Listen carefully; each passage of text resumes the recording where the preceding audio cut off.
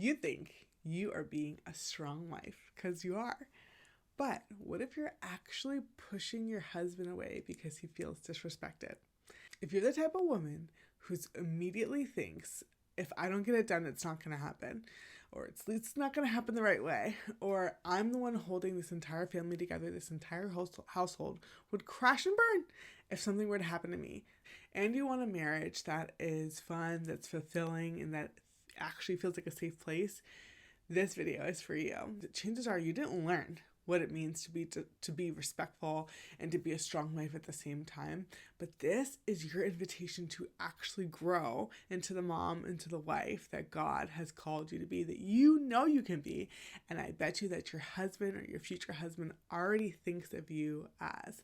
The problem is that we've had some cultural experiences and lies that have been implanted into us as women. By the end of this video today, you're going to walk away with practical steps that you can start actually applying today to be the wife that you want to be. You're going to build a more peaceful, a more connected, and a more honoring marriage. You don't need to be a marriage expert or even been exposed to a lot of healthy marriages growing up or now to put these things into place.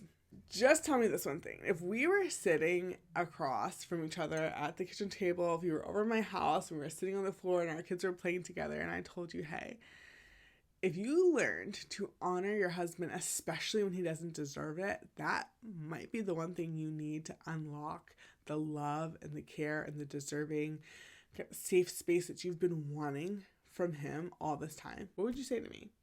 Let me know in the comments, but I know you would probably say a couple things, have an idea. You might say, you're crazy. That's not how it works. That doesn't seem right. If I'm giving him honor, who's going to take care of me?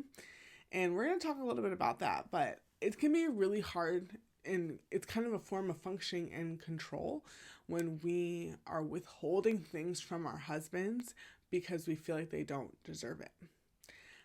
If you told me something like that, then I would ask you, well, where would your life be if the Lord withheld love from you because you didn't deserve it? And you'd say, but God is so good, and God is so kind, and God is love. And that's true. And God does give us things that we don't deserve, including his love, his grace, and his mercy.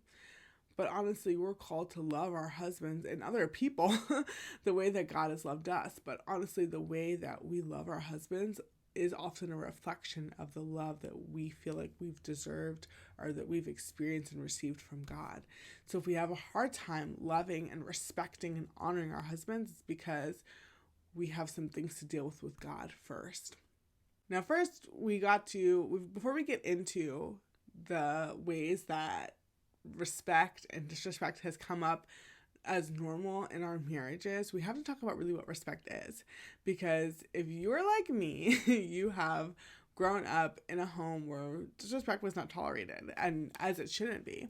But a lot of times, disrespect as a child and in the workplace looks a lot different than in marriage. I really have found that disrespect and honor in marriage, or respect and honor in marriage, is personalized. Like, what your husband may feel is respectful may not be the same thing that my husband feels is respectful. And one of the best things that I've done in marriage is built a habit of asking my husband and getting his feedback on things.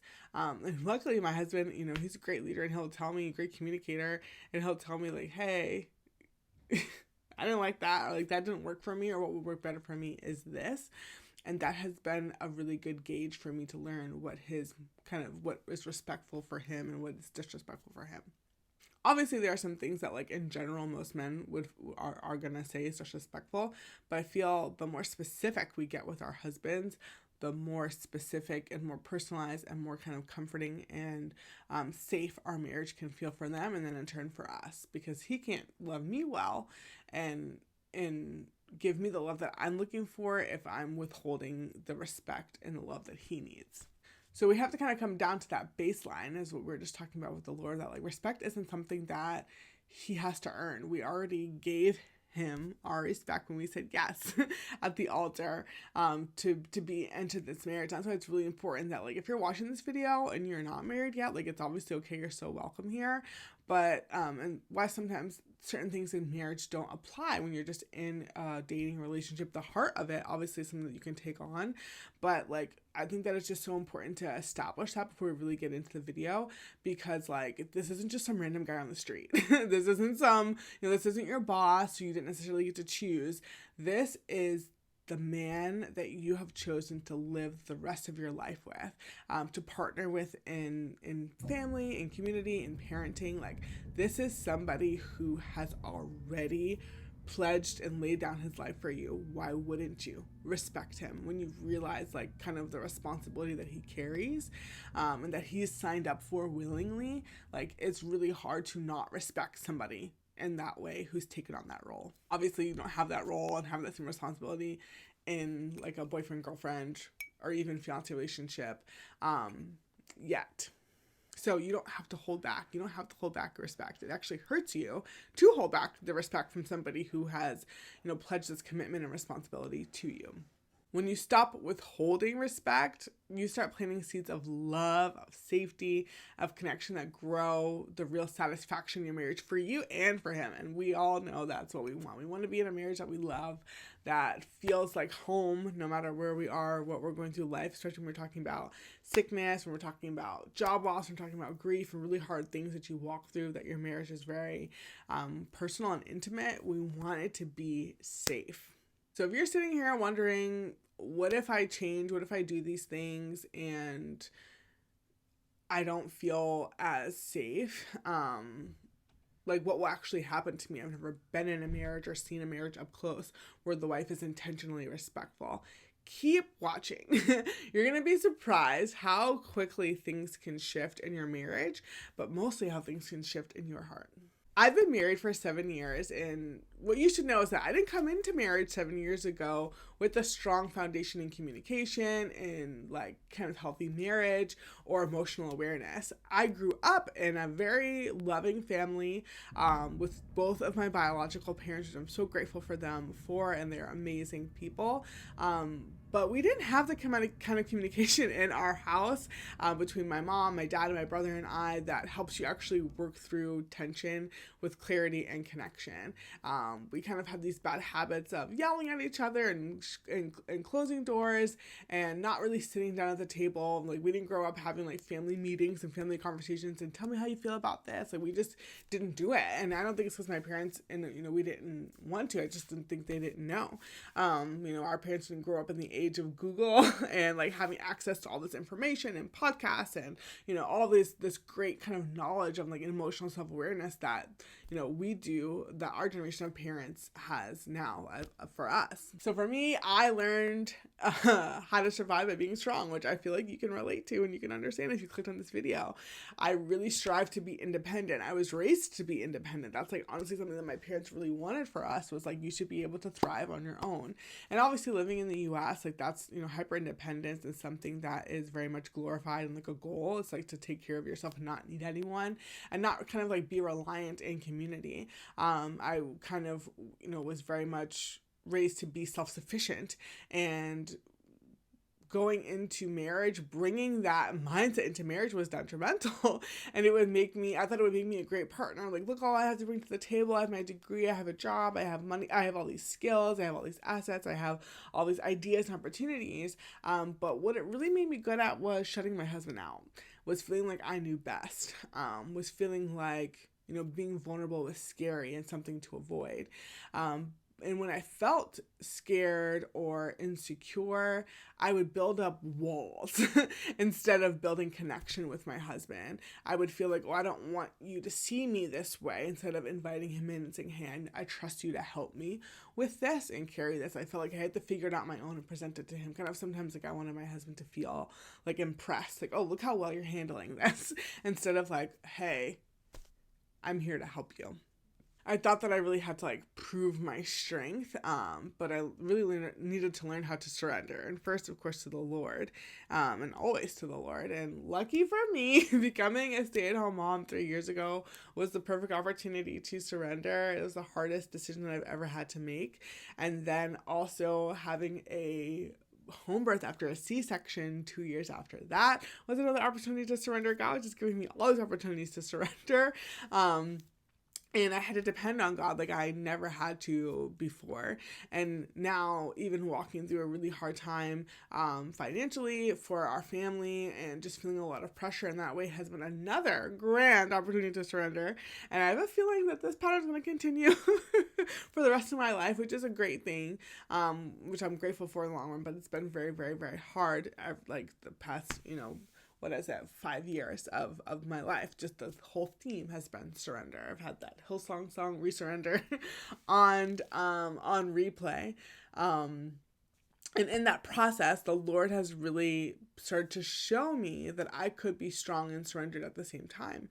And that the world's way of surrendering and the world's and culture's kind of definition of strength as a wife, as a mom, as a culture carrier, as a friend even, very much so, that it's different than what his standard is for me. And, of course, the Bible tells us that when we're weak, that's when God is strong. And a lot of times we just don't want to be weak, especially as women. We feel very vulnerable. We don't want to be dependent on a man or dependent on our husbands. Like, yeah, we're all about having a partner to build an empire and to build a business and to do this and do that. But when it comes to having somebody come in to help build us up and build our emotional awareness up and build up our spirits, that can be really scary.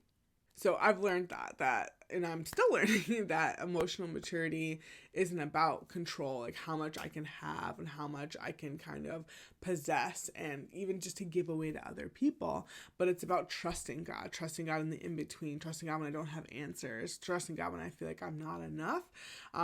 So today we're going to talk about how that plays into marriage, the 10 ways that you might have been disrespecting your husband even when you didn't realize it, because if you're like me and you've had these kind of cultural experiences and exposures to control and to strength and to independence, how that translates into our marriages. We're going to talk about what to do instead when you catch yourself acting this way and when you're falling into those patterns. Maybe your husband's calling you out, the Holy Spirit's definitely going to be calling you out on that, and then ways to start catching yourself in the moment and how to kind of renew your mind and to reverse those habits over time so that we can build these strong marriages that are beating these divorce rates, that are producing high levels of satisfaction, that are producing emotionally healthy children, of course, and ultimately building God's kingdom. And I don't want you to feel guilty about any of this, because we're doing this together, we're working on this together, and we're growing, and we don't grow by ignoring the hard stuff. And obviously, God is the one helping us. We're not doing this on our own. And you can absolutely feel the shift in the tone of your marriage. And my hope and my prayer is that you feel confident walking away from this and encouraged. And you're okay, yes, we're facing the music, we're having hard conversations, we're doing the things, but we have ways to do it. And a lot of times we shy away from these conversations if we don't feel like we have the practical steps to attack it. And it's so much better to be proactive about these things. So if you are newly married or you're less than 10 years into marriage, just like I am, this is a great time to start to attack these habits so that they don't become our personality traits 15, 20, 30 years into marriage. So before we get into the 10 ways that you might have been disrespecting your husband, we have to first talk about hyperindependence, because it is a personality trait that I feel as I mentioned earlier, we kind of take on. That's something that we're proud of. But it's honestly a trauma response.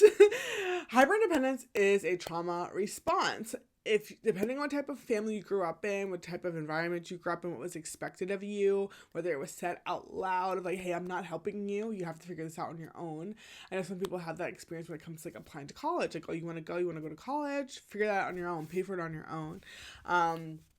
And we don't want to take it on as a personality trait, because being hyper independent is lonely.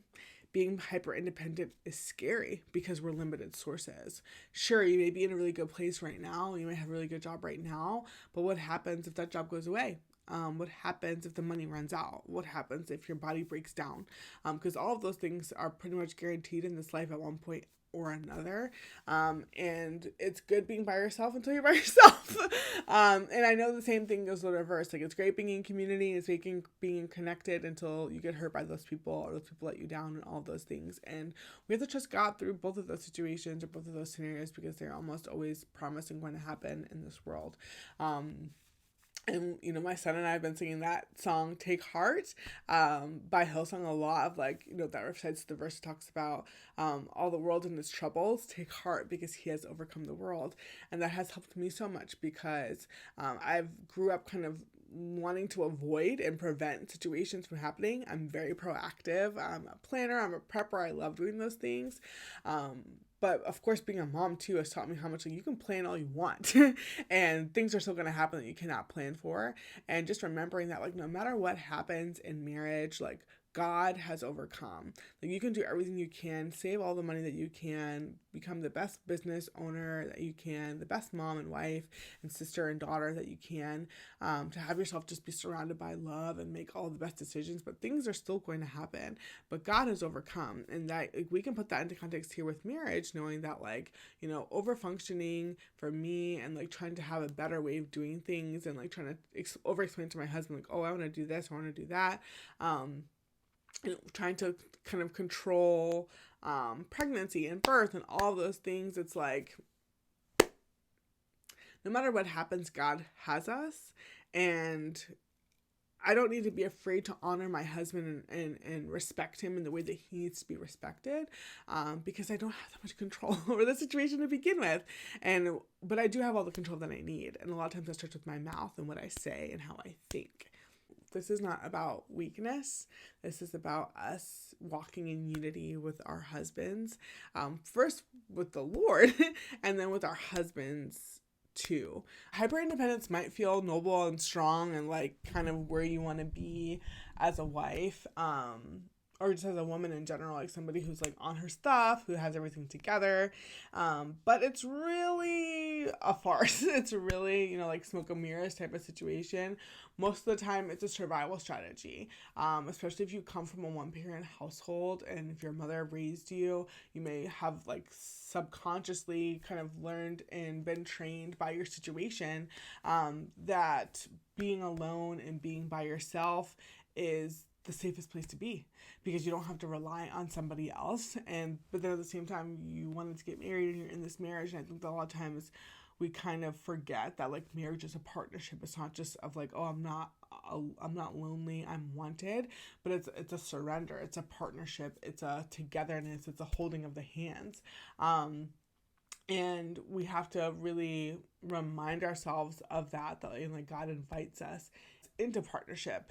He's not asking us to be perfect and to have it all together and to have a plan and to be, you know, like, overly prepared. He's really asking us to be okay walking with our spouse, walking with him. Of course, he reminds us of that in Ephesians, and reminding us to submit to one another, asking us to submit to one another out of reverence for Christ. So of course that's a mutual submission where, like, you know, it's not just a matter of, you know, me taking over everything and saying, hey babe, I got it all covered. I did this, I did that. I know best. I know the best place to buy groceries. I know the best insurance plans to pick. Like, let me do it all. Not let me, but I've already done it all. But it's more of like, hey, I have an idea for this, but let me run it by you first. And the best way that I can think about this is, like, in a work situation. Like, if you are, you know, in a corporate traditional job, just because that's, like, the background that I have, and I was charged with, or it was one of my job responsibilities to, like, run a report every month.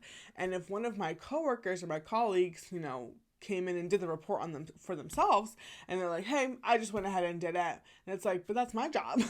I was tasked with this. Like, this has my name on it. Like, you coming along and doing that makes me look like I don't know what I'm doing, or that I'm not capable of doing it on my own. But a way of mutual partnership with that colleague would say, hey, Pauline, I know that you normally run this report.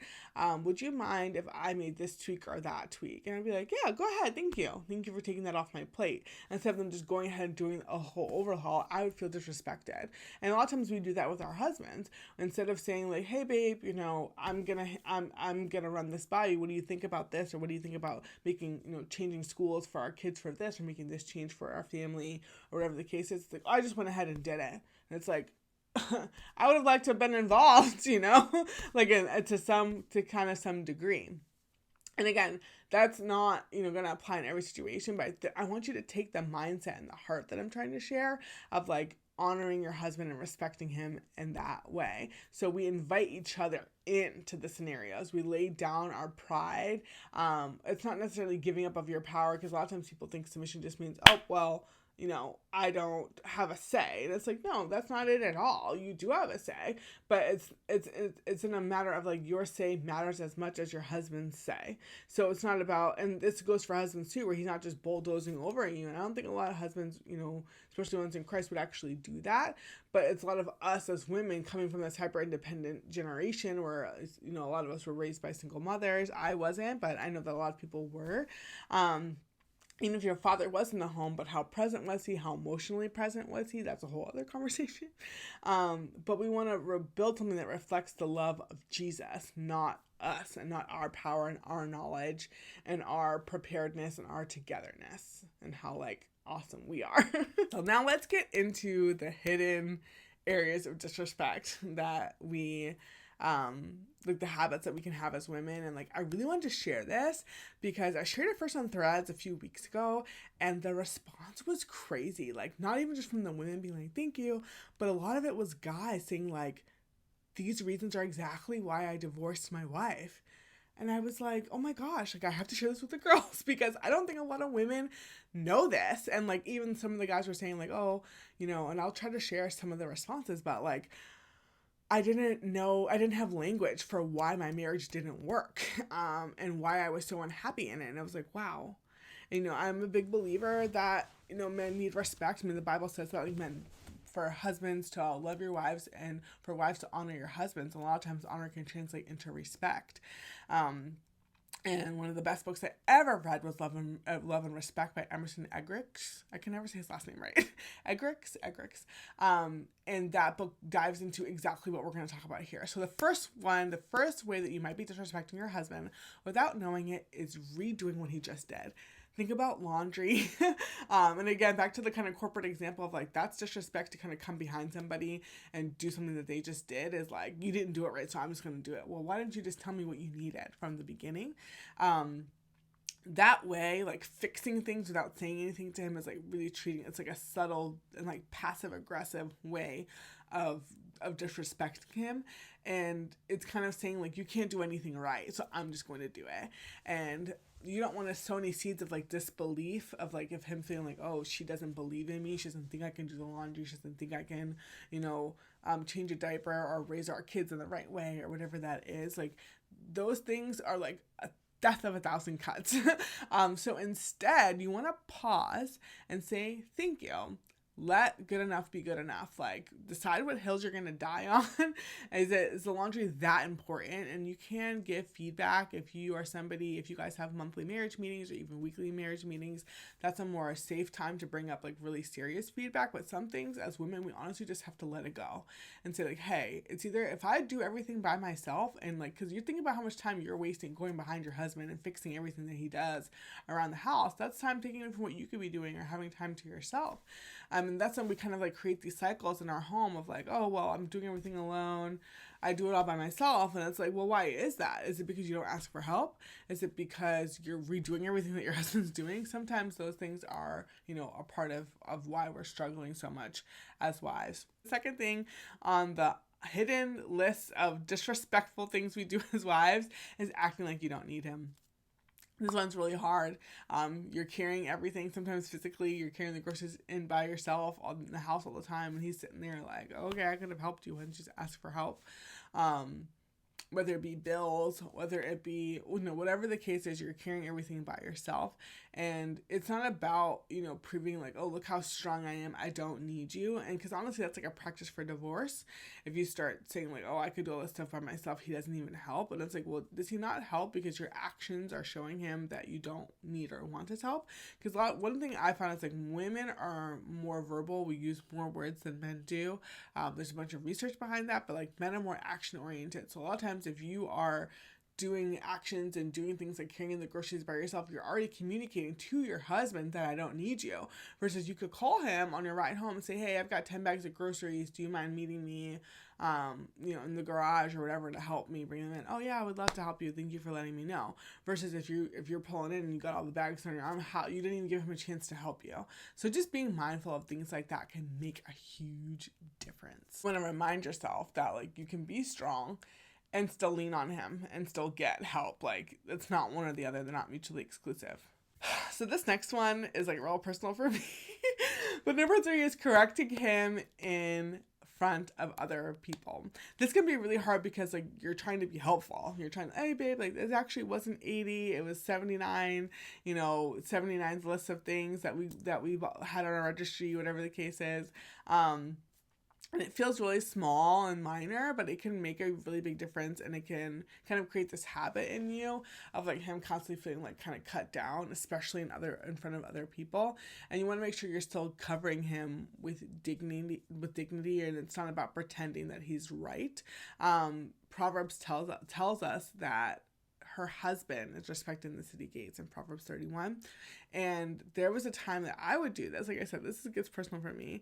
And like my husband had to kind of like pull me aside one day and say, hey, I know you're not trying to come across as disrespectful, but when you correct me, in front of other people, or you talk over me or you interrupt me, I don't like that. And I was like, oh, okay. And he's like, yeah, it makes me not want to talk anymore. And I was like, oh, well, I don't want that, because like I love what you have to say and I want you to share what you have to say. And I don't want to be dominating the conversation. And this habit was kind of slowly doing that to him. So I appreciate his correction, and I'm grateful for that.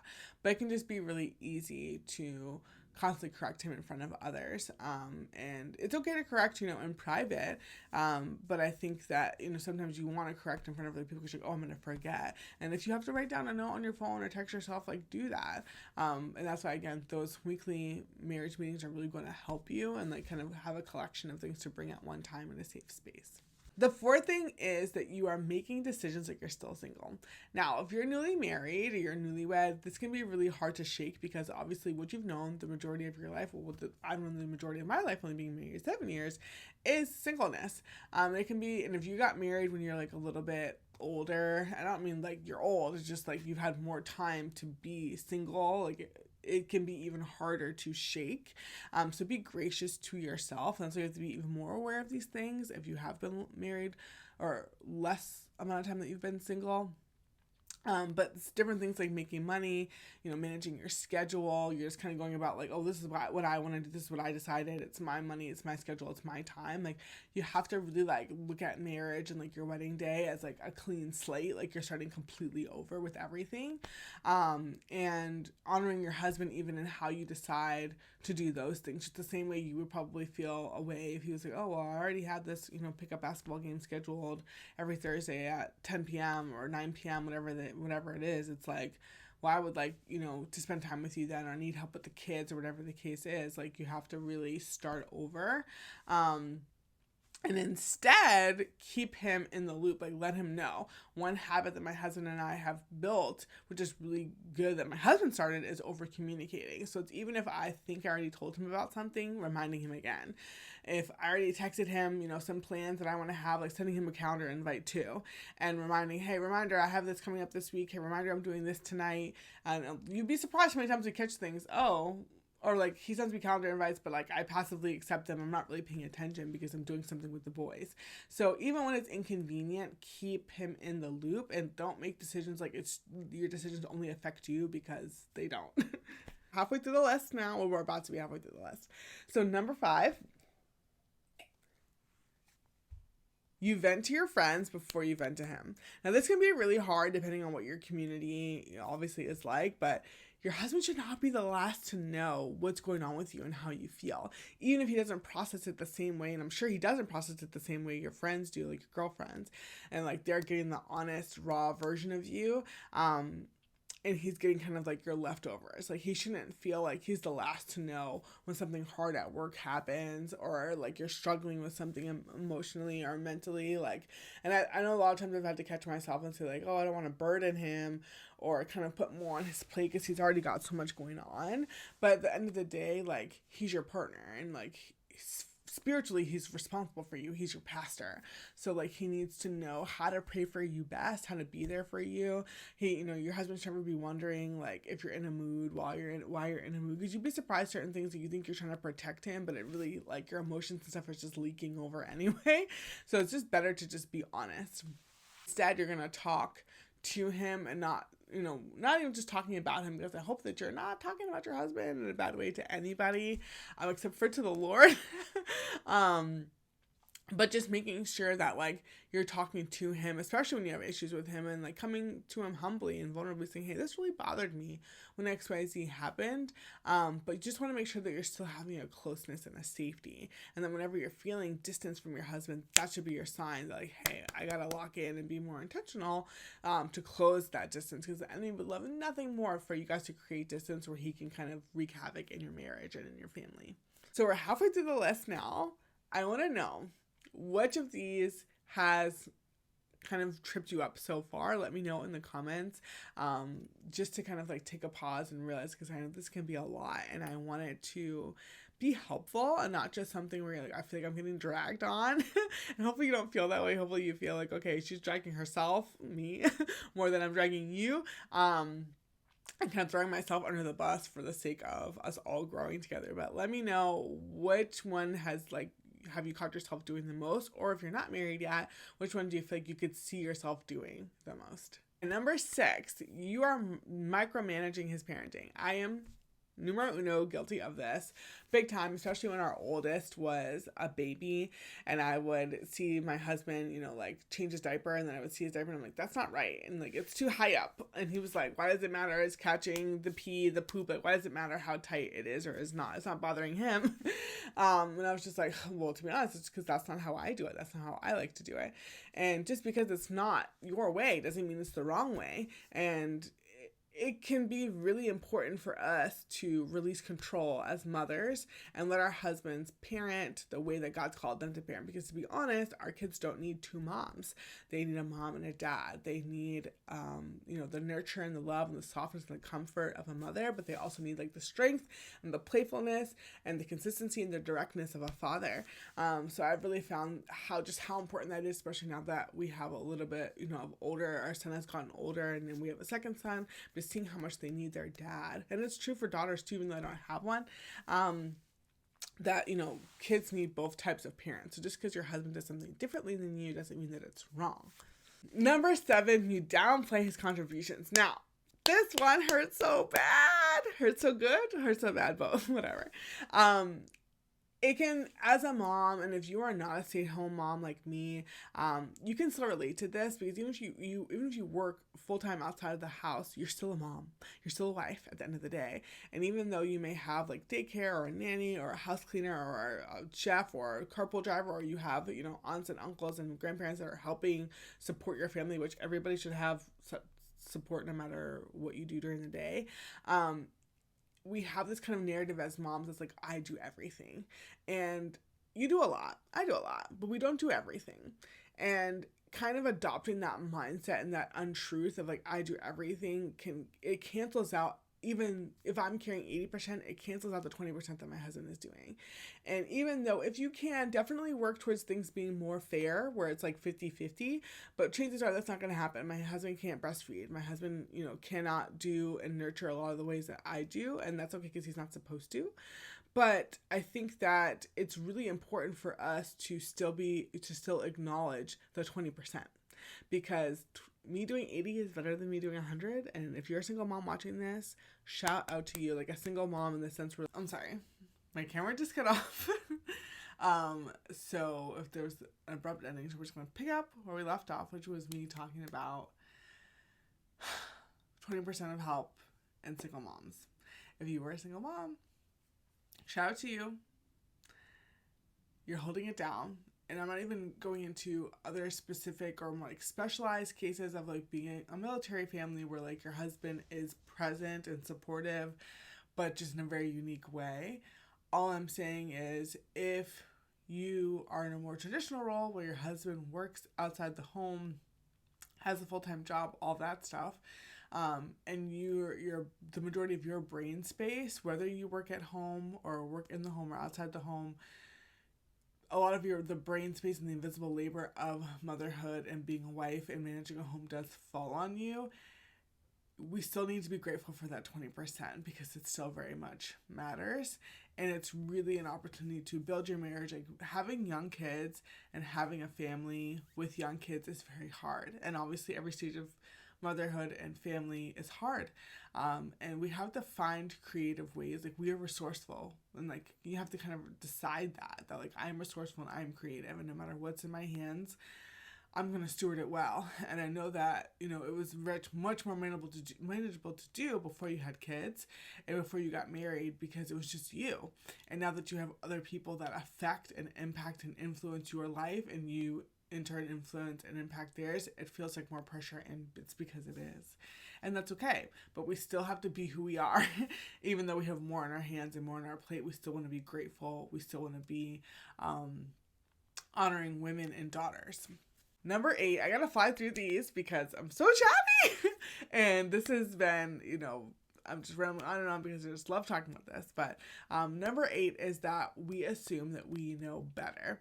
And what that looks like is you might have be more experienced in a certain area than your husband, whether it's cooking or cleaning, or the kids better because you spend more time with them, or whatever the case is. Like you're still assuming, you're assuming that like what the best thing to do is, or like what the decision is. And like maybe you do, like on the surface and like factually, but at the end of the day, you're married. And you didn't get married just to have somebody to help you have kids. You got married because you need help and you wanted a partner.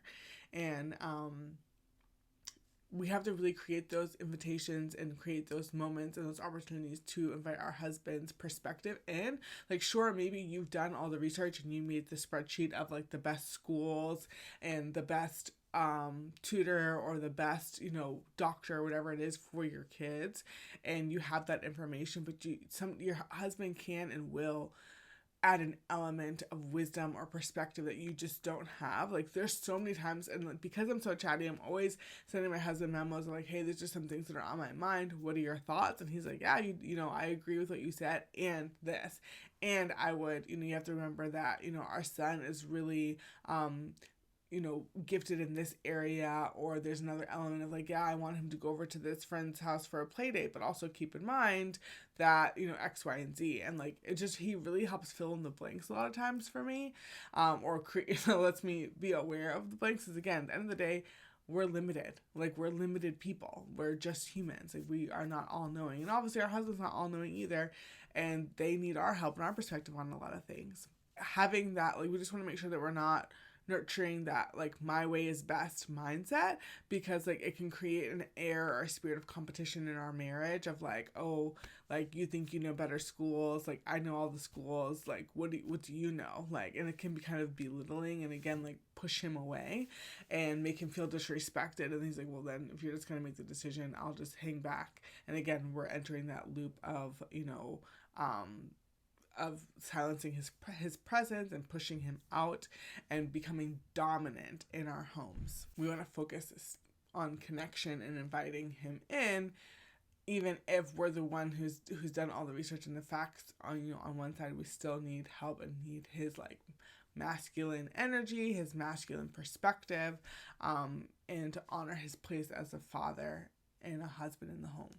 Number 9 is you stop affirming him. So this one is really, really big, because I think when we're dating, we're so big on this, like building up our guy and encouraging him and like wanting to make him feel good when he's going through hard times. But like in marriage, sometimes our perspective shifts so much, and we have this privacy, this intimacy that we don't have in dating, where it's like, okay, you see so much of your husband's shortcomings and his weaknesses, and it's like, you see that now, but what are you going to do with it? And again, it comes back to Christ's love for us. We're like, the verse that talks about like, while we were yet sinners, Christ died for us. And that verse always gets me, and I pray that it always does. And thinking about like kind of translating that to marriage, where it's like, okay, you see your husband's sins and his shortcomings and how his vulnerabilities, and it's like, are you still going to affirm him? Are you still going to remember and bring up and remind him how you see him? Like, yes, I see that you've made a mistake or you failed, but you're still a good leader to me. And look at all these decisions that you've made, in really well in the past or in the midst of this. Like, you made a hard decision or a decision that maybe you would change around in the morning, but in the afternoon you did this right. And I think motherhood trains us to do that because we're constantly building up our kids, but sometimes we forget to build up our husbands too. Every day, affirm something in him. Find something, even if it's small, like that. You'll see like the light return to your husband's eyes, just like you see it with your kids, and like you need to see it in you too. Men were built to thrive off of respect. And I really believe that as wives, we're meant to be a source of respect and honor for them, especially if they have really high pressure jobs and they're being cut down at work, and they're being cut down in the world, and they're constantly being told by culture that they're not needed, and they're just less than, and they're just constantly being discouraged. Like, we're meant to be that safe place for them, and we can build that safe place with our words in our homes and in our marriages. And also, again, we're teaching our sons what to expect. If you have daughters, you're modeling for your daughters how to affirm and respect the men in their lives. There's so many guys out there and like in culture that what's being celebrated, what's being highlighted is like the bad things that they're doing. And I know your husband is like mine, where like he's a really hard worker, and he's a man who loves God, who loves people, and who's very cognizant about his character. And like one of my favorite things about my husband is that he fears God. And I think that it can be really easy for them to focus on like the things that they're not doing, of like all the shortcomings, and like, hey, I wish our family was at this place or at that place, or like that we were further along in this and that. Like my husband holds himself to a very high standard, and I love that about him. But a lot of times it can be very easy to focus on the things that he's not doing. And in culture, a lot of guys that are celebrated are ones who are making a lot of money, or who are like these big, great, like build these great big businesses and all these things. But at the end of the day, like, their character sometimes is not holding up. I think that it is so important that we celebrate our men, that like even if they're not making all this money or doing all these things that culture celebrates, it's like, but you come home every night and you fear God, and you read your Bible, and you hug our kids, and you work hard, and you take out the trash. Like, those things still very much matter, and we need to celebrate that as women. The last thing, number 10 ways, the 10th way that you might be disrespecting your husband without realizing it, is idolizing being strong. Now, this is really hard because every single woman, myself included, wants to be a strong woman. I don't want to be weak. We weren't raised to be weak. We're not celebrated for being weak. But being a strong woman is kind of this like catch-22, or this kind of like self-deprecating proclamation where like, if we're strong, but it's like at what cost? And when strength becomes our shield, it keeps out the very intimacy that we crave, to be soft, to be held as women. So I think just reminding myself that like what God's way of being strong and the world's way of being strong is not the same. And for me to more not aim to be strong in God's eyes than be strong in the world's eyes, because as we talked about, for the world's way, being strong is very much like handling everything on your own. And God's way of being strong, the Bible says that when we're weak, then God is strong. So it's okay for me to be vulnerable. It's okay for me to feel out of control. It's okay for me not to have a plan. Like, that doesn't mean that God doesn't have a plan, because he always does. And that's the plan that I want anyway, not my own. So instead of idolizing being strong, having a better posture of letting my husband see me soft, letting me be able to come to him and say, hey, I don't know what to do. I don't have a plan for this. And not because I'm looking for him to have a plan and say, like, get it together. You're supposed to be the leader. No. It's me saying, like, hey, can you pray with me on this? Like, I need you to stand with me and seek the Lord with me on this. Because I don't know what to do. And if you have any ideas, I would love to hear them. But if you don't, it's okay. Because at the end of the day, God is leading our family and our marriage, not my husband. Or I'm looking to God and trusting God more than I'm trusting and looking to my husband as the leader. So after going through all of that long list of like things that we might be disrespecting our husbands and not realizing it, we have to really talk about what happens if we don't address these, because now we're aware. If you've watched the video this far, you're like, all right, cool, like maybe I do some of these things, maybe I don't.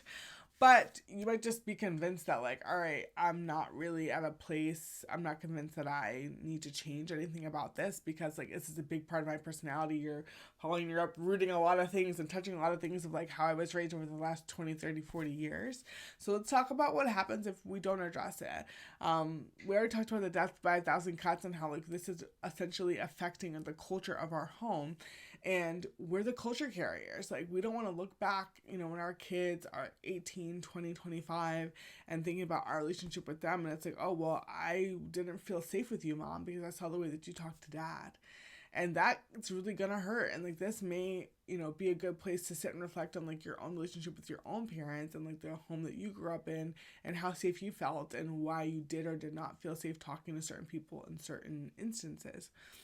The expectations for our son is on the line here. If you have a son, if you're a boy mom like me, again, we're modeling and showing them, like, how they should be respected and treated, but then also what type of wife they're gonna look for or not look for. And I'm constantly thinking about, my future daughter-in-laws, wherever they are, if they're even born yet, and I try my best to pray for them as much as I can, and their parents and their family and the type of home that they're growing up in, because I don't ever want to set my sons up for lesser than God's standard and, like, their expectations for a wife. And that what also is on the line here is emotional disconnection. Just knowing that if I am now aware of ways that I could disrespect my husband, and if I choose to still disrespect him in those ways or pretend like I'm not, or not even talk to him about it, that's putting my own emotional connection with him on the line. Like, we could be closer, we could be more intimate, we could be better friends if I choose to respect him intentionally every single day. What other like the resentment that we talk about, and, like, for us as women, that, like, that's stirring, that's, like, stewing within us, and that anger and that, blaming of our husbands. Well, I'm home and I'm with the kids and you get to go off and grow your career and do this and go to the gym and do whatever you want. And I'm sitting here breastfeeding and being woken up in the middle of the night, and, like, why am I have to go through this and you don't? Those things are only going to grow in an environment of disrespect in our marriage and in our homes. Our intimacy with our husband can become transactional, where it's just like, I'm just doing this to be a good wife and take away any excuses that you have to blame me, instead of it being an area where we feel safe and we're having fun and we're getting closer and the Lord's name is being glorified. That can happen. Like, our intimacy can get worse and get more transactional if we take away respect from our homes and from our marriages. We can start to become passive and withdrawal from our husbands if we are not respectful, because, like, again, if we're not creating respect in our homes and in our marriages with him, it's going to be harder for him to love us. I'm not saying that he's allowed to not love you because you're being disrespectful, but it's also, why are you withholding when we've talked about that we've already established that we've given all of our respect to him ultimately when we decided to marry him. The other thing we want to be mindful of is loneliness growing in our home. And, like, yes, we need time alone as moms, and yes, we need, to create space for ourselves, but we also don't want to feel alone. And, like, you can have alone time without feeling lonely. And if you're quietly pushing your husband away with all these little cuts of disrespect, eventually, again, you're going to look up 5, 10, 20 years from now and realize I feel very lonely in this marriage, and like kind of asking yourself why. Does your husband have a part to play? Yes, but so do you. And right now on this, what I do and what my big thing is for you is focusing on what you can control. You cannot control your husband's behavior. You never were, only Jesus changes hearts. But at the end of the day, are you allowing Jesus to change your heart?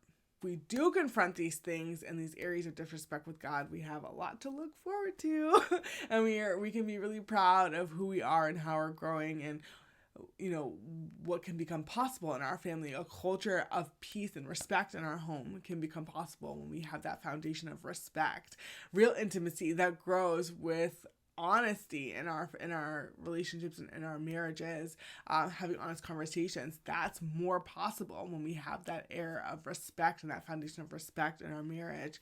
A marriage and a family that our kids feel safe in, that they are looking up to, that they're excited to be married one day. I don't know if you've ever had that experience for yourself where you're like, the marriage that you see grow up, you're like, I do not want that. If that's what marriage is, I'm okay being alone.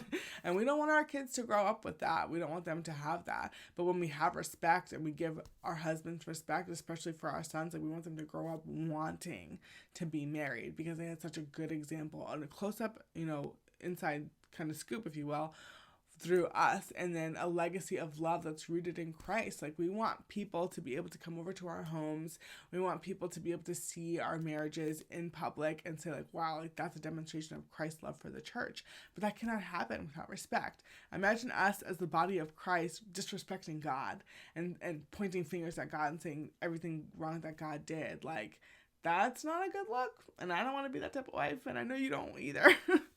What we can do now for practical application, now that we've talked about all these things and we're well aware of what we're doing, how we're doing it, and the impact that it's having on our marriages and on our families, we want to be a practical wife, because where there's wisdom, there's practical application. And like the Bible tells us that a wise woman builds her house. We're building our house with our words, with our actions, and with our habits. So there's a couple of things that we're going to start doing today, 4 things that I want you to start doing today. Now that you're aware of all of this, and I know that you want to lock in, that you want to do better, or else you wouldn't be here watching this video, right? First thing you're going to do is to go to God first. Lay all this before the Lord. Say, Lord, where have I been disrespectful to my husband? I want to be transformed by the renewing of my mind, like your word says. I don't want to be self-protectant anymore. Search my heart, God. Show me where I've been running the show, where pride, where control, where self-protection has been running the show, uprooted in me. Maybe I'll highlight some things to you, like how you were brought up, how you've been influenced to think about yourself and about respect in general, especially in marriage, and like being free and being open in marriage. And like, that's so big. It's so big. It's so important. And just asking the Lord, like kind of going through this list again, where have I made strength an idol? Where have I been afraid to let my husband lead? Where have I been out of step in my role as a wife? Where do I need to sit back and kind of be more soft and receive more and get direction more? And a lot of times, your husband's not going to have a plan or a leadership kind of like, I'm not going to say leadership, but like he won't really have a plan for everything. And like, you have to be okay with that, because the Lord doesn't give us all of his plans, and he actually has plans. And sometimes he's like, I'm not going to give them to you because you're going to ruin them. And where have I, asking God, where have you withheld honor? Where have you, should have given your husband kind of like, respect and honor and thankfulness, when you didn't and you could have. The next, you're going to talk to your husband. You're going to bring to him and say, hey, I've been talking to the Lord about this. I watched this YouTube video of this girl who was going on and on and on about respect and, honor, and I'm just trying my best with this. Like, what do you think about this? Where could I improve? Even if you've been married only for a few weeks, or if you've been married for years and years and years and decades, like, we can all always grow in this, and see what he has to say about it. Like, ask him, what does respect mean to you? Like, how can I grow in this area? I want to be a respectful wife. When I die, and even before that, every day, I want to stand before the Lord and know that I've done what he wanted me to do as a wife. Like, that, ultimately, the fear of the Lord has to be your motivation. It's not even to impress your husband or perform for him. It's really to love your husband and respect him as to unto the Lord, like the Bible tells us to. And then the next thing you're going to do is to create new habits slowly. You're not going to try to overhaul every night. Yes, Jesus makes all things new and he can make you new in an instant, but the practical part of it, the emotional part of it is going to take time. So I really want you to be gracious to yourself and with yourself. Like, journal some things about your progress, about what you're working on, and like how you've been doing each day. Like, apologize often to your husband, as you're kind of working this out. I think the easiest thing to do is to start with one shift each day. Say like, hey, I'm gonna pick one day or one habit, and it's gonna be gratefulness. Like, every day I'm going to tell my husband something that I'm grateful for him for. Find something new. I'm gonna text it to him or send a voice memo or tell him in person. Whatever works best for you guys and like your flow of life. And you're going to see like your heart change more and more, and like even see if he notices. Like, that could be a challenge that we could all do together, like a gratefulness challenge, and see like, hey, you've been like extra nice to me lately. Like, what's going on? And even like you can do things like letting your husband, asking him to pray over you. I know some husbands really love that. And like feel like you respect him spiritually in that way, especially if you want to see your husband grow in a spiritual kind of like leadership role. Like, ask him to say, I've been really struggling with this. Can you, pray for me over this? Like, pray for me for this right now. Like, every day before we go to bed, just kneel on the ground together and pray about something. And then the last thing is you're going to invite accountability. That's where we come in. Like, we could all be accountable together. Like, put in the comments what it is you're working on, what it is that you want to grow in your areas of respect, or like areas that you're like, wow, I did not even know that was disrespectful. I saw so many comments from you guys on threads about that, and on Instagram, like, oh, I didn't know that I was being disrespectful in this way. Like, thank you for bringing it to light. Like, it's something to be embarrassed about. Like, we're all growing. Like, to sit here and think like just because you got married or you've been married for 7 years or 10 years or whatever it is that you're doing it right is like so not real. So like, let's be honest with ourselves about like, we're all growing and want to be better as wives, and put it in the comments and share about that. And like, even, in your other areas of your life, sharing with spiritual leaders or friends or mentors or your small group or like your group chat, whatever, like sharing that with them is going to also just be a witness to the Lord.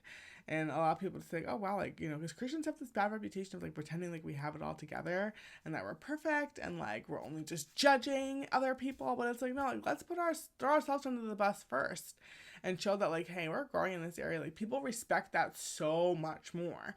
Like, when we're like, talking about our own struggles, and like it's a way to connect as well.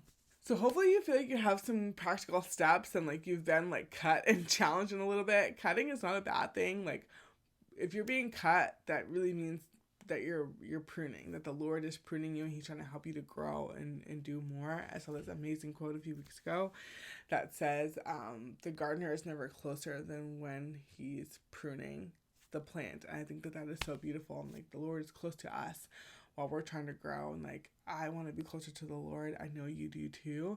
And a lot of times that means like allowing him, just kind of opening our arms and allowing him to cut us and show us where we need to grow.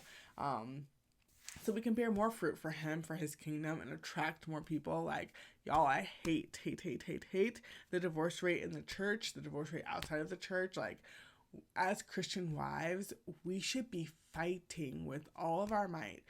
Not just for our own marriages, but for the marriages next to us too. And that's why like, I want to make this video and share, because like, what's the point if like, I'm learning things that the Lord is teaching me about marriage and like keeping it to myself? Like, that's not good. Like, as a church, like Big C church, we're struggling in the area of marriage. Like, we need to be talking about this stuff more, have more Titus 2 kind of conversations where we're growing with one another and sharing, things with each other. And even though I obviously haven't been married for a long time, and like by no means am I an expert, and like my prayer is that you guys hear this as like we're doing this together, and growing together. And obviously I would love to hear from like women who are watching this who have been married longer, or you have insights to share. Like, please do that. Like, I need to hear it, and everybody else watching needs to hear it too, so that no gatekeeping. Like, our marriages in the church cannot afford it. Like, we're struggling,